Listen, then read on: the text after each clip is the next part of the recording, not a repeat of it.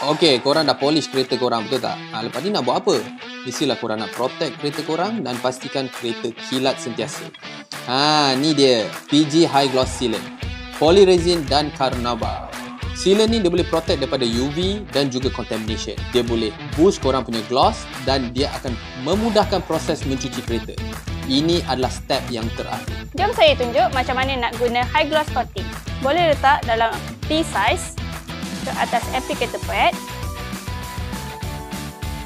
Okey. Dan high gloss coating activated by water. So korang kena spray air sikit. Dan apply dalam circular motion.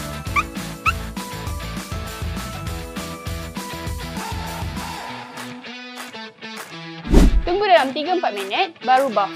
Untuk protection yang lagi baik, boleh jemur kereta korang 2 jam lepas guna. Lepas 3-4 minit, korang boleh buff. Ini hasil kita punya high gloss coating. Wow!